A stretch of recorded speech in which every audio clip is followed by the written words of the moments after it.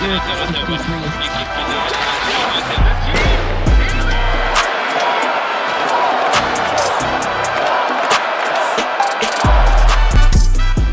and welcome to the Hockey Inside Out Show. I'm Stu Cowan of the Gazette, and I'm joined by my regular partner, former Canadiens defenseman and 1986 Stanley Cup champ Rick Green, and my longtime Gazette friend and colleague Jack Todd, who's filling in for Chris Nyland this week. The Canadiens suffered their third straight defeat Tuesday night, losing 4-1 to the Winnipeg Jets at the Bell Center. Jack, do you think this team has hit a wall during this tough part of the January schedule, which has been kind of crazy? I think they have to a degree, but the wall they hit Tuesday night was called the Winnipeg Jets. That's just a really good team. I was so impressed with them. They were able to do from the second period on what the Canadiens should have done to the Maple Leafs when they had a 3-0 lead. If Winnipeg gets a lead, you're done. They get the puck out really well. Just stay back. Don't take stupid chances. And if they happen to lose their man for a second, they've got Hellebuck at the back. I was actually a bit blown away by how good that team is. And still, it really came down to two plays. It came down to Pezzetta missing an open net, and then 1 or 2 seconds left in the period, you give up a goal.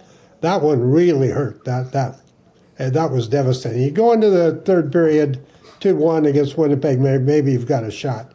Down 2, you're not going to win. Yeah, and another, not picking on Pezzetta, but also St. Louis had him on the ice for the final seconds of that period when that goal was scored against Winnipeg's top line, which was obviously not a very good matchup. But Rick, does this team look like they're getting tired to you? Well, yes and no. I mean, unfortunately, with the schedule the way it is, everybody goes through some tough times. Maybe in this particular situation, it's not the best time for them to come up a little bit short. But again, as Jack said, the Winnipeg Jets is a really good hockey club, and they keep coming. And you got Hellebuck back there that made some huge saves, which can make the difference, in the game. And right now the team is not getting the wins that they were hoping for, but it's tough and it's a grind. They've had a long stretch of travel. They've had a long stretch of, not being on the ice, which is a big question mark on how you handle your team, trying to get a feel. Do they need more? Do they need less? So, it's the time of year, and I'm just not a big believer in, having these all-star games or having something happening in February where the guys don't get a chance to recharge. I think the league should shut down for 10 days or whatever and have every player off at this particular time, not worry about, they're making enough money, let the players recharge and have that time off so they can be prepared for the final stretch in the playoffs. But anyways, that's what it is. Canadiens, they got to find their way back. Margin for error, obviously every game is like a playoff game, so they have to dig in, and unfortunately they get stuck with Guhle getting injured. Hopefully it won't be a long term, but they got to try and stay healthy also, because it is tough. Well, the good thing for the Four Nations tournament is there's only 3 Canadiens players going, right? Montembeault, Armia, and Laine. So, some of the better teams in the league, some of the teams ahead of them are going to have a lot of guys in that tournament. They're going to be exhausted coming back. Rick, you've been a player, you've been a coach.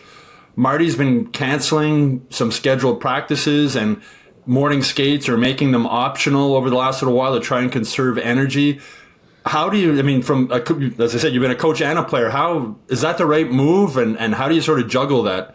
Well, again, I think, being in that position, you always try and find the right, the right recipe. And, they're playing playoff hockey right now. And it's okay. Do they need more rest? Do they need to be on the ice? It's always that gray area. And you have to go with your gut and, get a little bit of a feel from the guys, what they think is right. But, with this type of schedule, they're not going to lose any conditioning.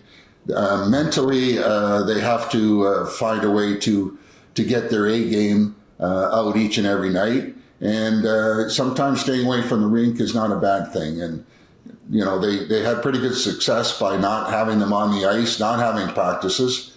And now they're running into, of course, a little bit of a funk with some losses.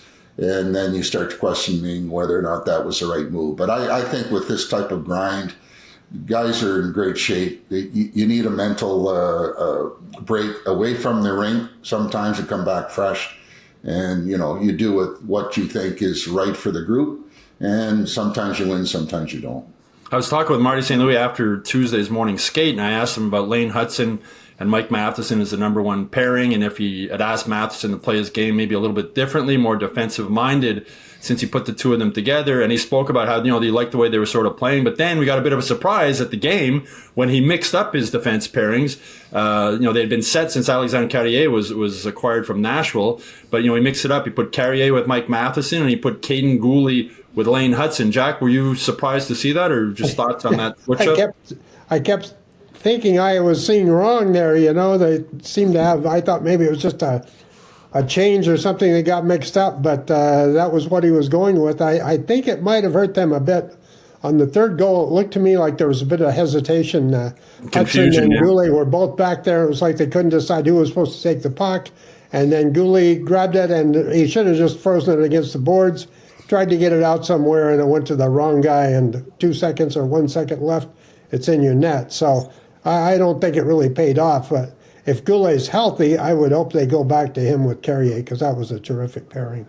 Yeah, and also it put Goalie back on his regular side, and they had Hudson playing on his wrong side. Also, Rick, were you surprised to see that, especially for a rookie defenseman? Yeah, well, yes, but to tell you the truth, I don't think it matters what side Lane Hudson plays on, because he's all over the place anyway. So he's capable of handling it, and there's a kind of player that is a bonus to have that intelligence back there that's able to make adjustments. And he didn't look out of place, on the right side. And in all fairness, I know that they're trying to help Mike Matheson maybe stabilize a little bit of his play, so he can get some stability back there with his game. And it's you try and do things for the player for him to feel comfortable and get his confidence and that. So sometimes you have to change your pairings and then see where it goes. You can always go back to it if that fails. But the good news is they got some good talented guys that can play the game. We've seen it before, so it's a lot of these things are highlighted when the team struggles a little bit. What was the longest partner you remember having with the Canadiens? Was it Swoboda, Rick? Or? Well, Peter, they always seem to put the rookies with me when he first came in, and I tried to show them what to do and what not to do. But anyways, we varied it up depending. If we were killing penalties, Ludwig and I would do our penalty kill stuff. Mike Lawler in the playoff run, we were basically stuck together, and then. Of course, when the bench got shortened back there, Robinson and I used to play our share of minutes too. So, it's nice to have, when you look at this group, it's nice to see that they have that type of talent pool that they can mix and match and still find a way to play well. No, we mentioned earlier the injury to Goalie. It didn't look good. Caught a skate in the ret, it looked like, and was grabbing his right knee when he went down. Helped off the ice. You got a feel for this kid. He's sort of been injury prone. His first season, he played 44 games. Last season, he played 70, and now 44 games again this seaon. Jack, just how big of a loss is it going to be if he's out? And does that take them out of the playoff mix? If it's season ending for Guhle, it's probably season ending for the Habs. He's their best overall defenseman. I mean, you've got Hudson to move the offense, but I don't think you really have any comparable to Guhle who can step in there and be two-way the way he is. All those shots he blocks. I mean, I'm hurting all over from the shots he blocks. Mm-hmm. It would be so sad if this kid went down on a play like that. Just an awkward fall, a rut, whatever. But it sure looked, as soon as I saw it, I'm thinking ACL, MCL. And I'm not a doctor, so don't yell at me if it turns out he's fine. But I'm hoping, I think the best case is maybe it's a sprain. he's out until the break, and after the break he can come back. But Yeah, talking with him after the morning skate Tuesday about blocking shots, and he said the shots you miss trying to block hurt more than the ones you do block, especially when they go in the back of your net. That's sort of the mentality that he plays with. But, Rick, I spoke with Carrier after the game. He was a little bit surprised that Marty mixed up the defense pairings. What's impressed you most about him since he's come in here? I mean, he's a guy I didn't know much about. I don't think many Canadiens fans knew much about when he came here, even though he's a late local boy from Varennes on the South Shore. He told me earlier this week, he remembers playing one of those intermission games as a little kid, as an 8-year-old at the Bell Center, getting a breakaway and missing on it. We saw him score his first goal Saturday night at the Bell Center as a Hab. But just as a former defenseman and defense coach, what do you like about him, Rick?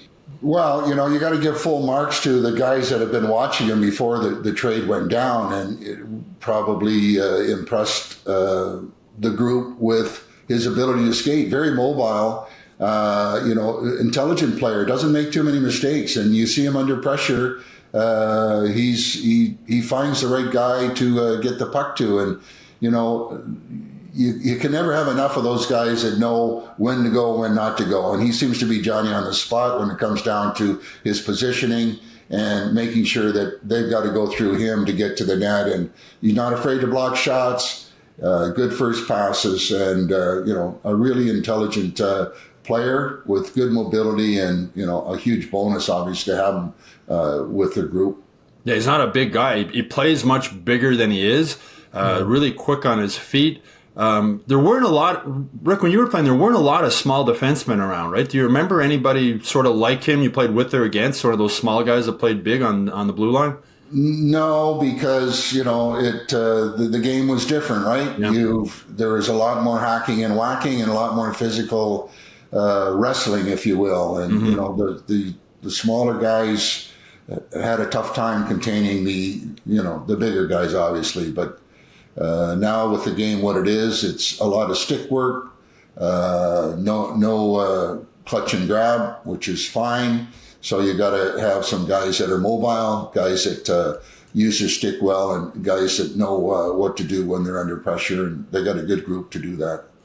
Jack, I don't think there's a goalie controversy in this city yet anyway, but Sam Montembeault in goal against Winnipeg. Were you surprised that Marty maybe didn't give Jacob Dobish back-to-back starts for the first time? A bit surprised, but I think you have to take the longer view. I mean, Montembeault's kind of what started this streak for them. Mm-hmm. He's paid his dues. He's been there. He's been good a lot of nights as long as he doesn't work too much. Yeah. And I don't think the loss was on him at all anyway, but I know a lot of people want to start a goalie controversy. I kind of feel like if what we're seeing is accurate, in 2 years, say, Dobish might be the better goalie. He's a puck mover, and like Carey Price, he's got that swagger like Jose Theodore, which you need to play in this town. Oh, yeah, in Montreal, I remember looking sure. at Jocelyn Thibault. There were times, he'd let in a bad one, and you could just see the whole body language, everything. It was like he was being crushed by the whole Bell Center. And Dobish isn't like that. He'll shake it off and spit in your eye, Reminds me of a guy who winked at Marty McSorley once a bit. It reminds of us as Patrick in other ways. They're going places. But no, for now, I think they're doing the right thing. I think you just have to watch with Montembeault. He doesn't play too many at all in a row, because when it gets up to 3, 4, or 5 games in a row, you kind of do visibly see him slump a bit. The other guy who has that confident cockiness is Jacob Fowler, who's goalie prospect. He's got 6 shutouts now in Boston College. Was named Player of the Week in his league this week. And Caden Primo, since going down to Laval, is 7-0. And I think that's a case also, Rick, maybe he's that goalie where just playing in this market with the pressure might just be too much for him. Maybe if he goes somewhere else next season, like Columbus or somewhere like that, he might be better. But being goalie in this city, I mean, you were with Patrick. I mean, you got to have that cockiness, I think. You do, and these guys sometimes, and not just the goalies, but obviously they're highlighted more than anybody else on the team. Some guys are career American League players. Some guys cannot make that jump from the American League to the NHL, and that's okay. Unfortunately for Kaiden Primo, his experience hasn't been the most positive one. Happy for him that he's doing well, with the American League, with Laval. And whether or not he gets a chance to come back up with the Montreal Canadiens, I find it as a long shot. But, happy for him. He's playing well, getting some success. And, it's really a crapshoot as far as whether or not he's he will ever be able to be an NHL goalie no matter where he goes, because consistency is the key here.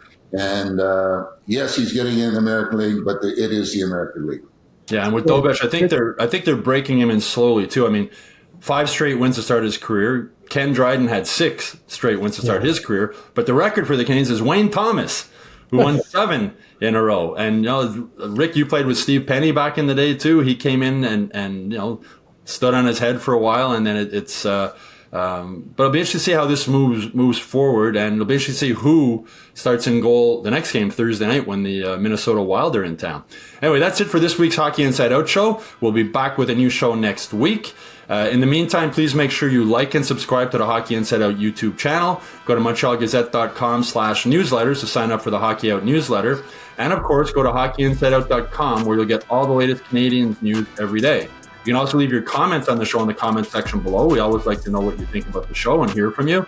And you can look forward to our 3 bonus episodes, which will be coming up over the next few days. The Canadiens are back in action Thursday night, as I mentioned, at the Bell Center against Minnesota before heading out on a 3-game California road trip that starts Saturday afternoon in Anaheim. Enjoy the games.